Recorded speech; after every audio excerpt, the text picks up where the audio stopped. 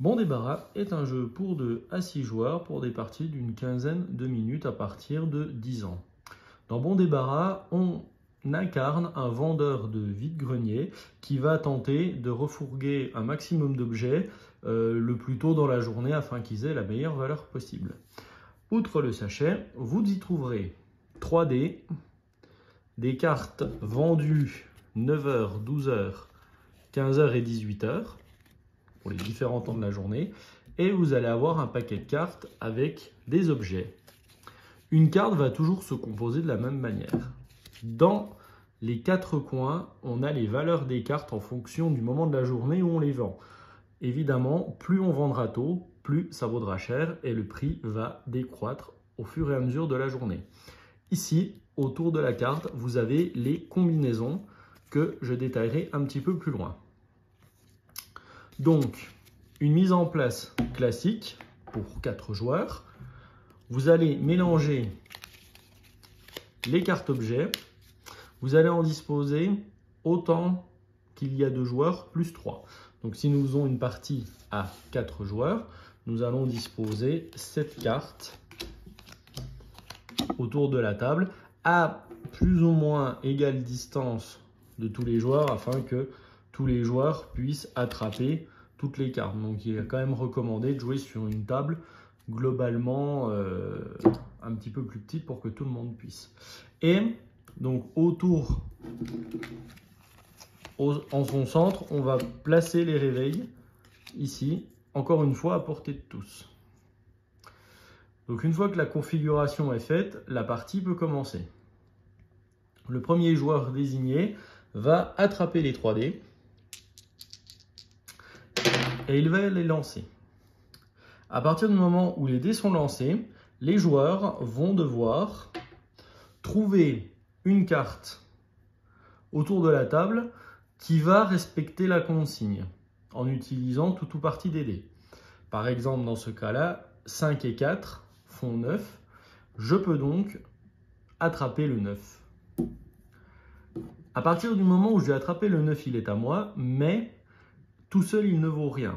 C'est pourquoi, une fois que j'ai attrapé la carte et que je l'ai ramenée chez moi, je dois attraper le réveil le plus tôt dans la journée encore disponible. Donc là, par exemple, personne n'a pris de carte, je peux prendre le 9h.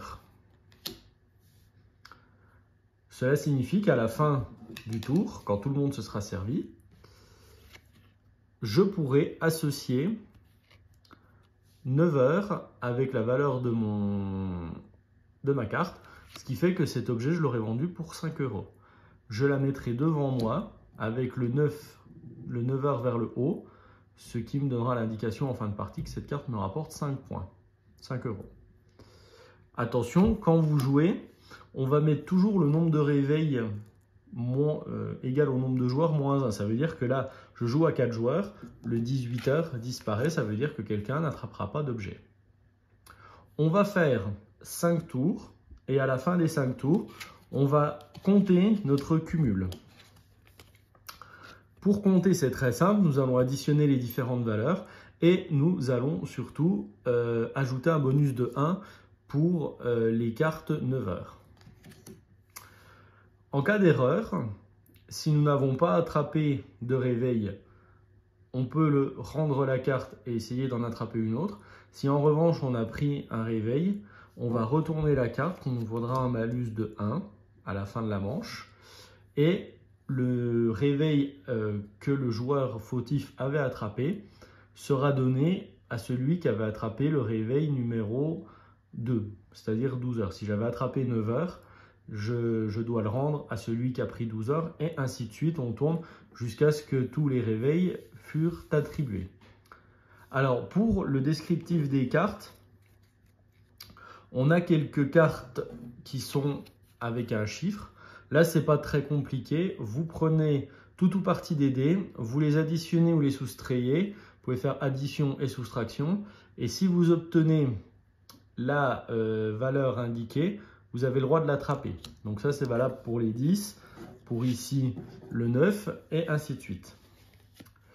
Cette carte-là, c'est si vous avez avec 2 dés vous obtenez 4, donc en faisant 5 moins 1 ou 2 plus 2, vous avez le droit de l'attraper. Là, on considère les 2 dés, ça doit faire 4, on ne peut pas en utiliser qu'un. Ici, on veut une face paire, donc 2, 4 ou 6, et surtout, on doit essayer de faire 5, mais comme il n'est pas dans un carré blanc, ce n'est pas une face, ce qui nous intéresse, c'est de faire 5, donc soit la valeur 5, soit 3 plus 2, ou 4 plus 1, ou 6 moins 1. On a des cartes comme celle-ci, où on nous dit qu'il faut que le résultat des 3 dés soit compris entre 8 et 11, donc toujours avec possibilité de faire des additions. Ici, il faut obtenir 2 faces paires ou 2 faces impaires, donc forcément des cartes plus faciles à obtenir. Et puis, nous avons celle-ci avec 2 faces supérieures ou égales à 5. Donc, vous avez un certain nombre de cartes pour rajouter de l'expérience. Vous avez des petites variantes qui existent dans la règle. Donc, maintenant, vous savez comment jouer à bon débarras. Donc, n'hésitez pas à tenter une partie. Et moi, je vous dis merci d'avoir écouté la vidéo.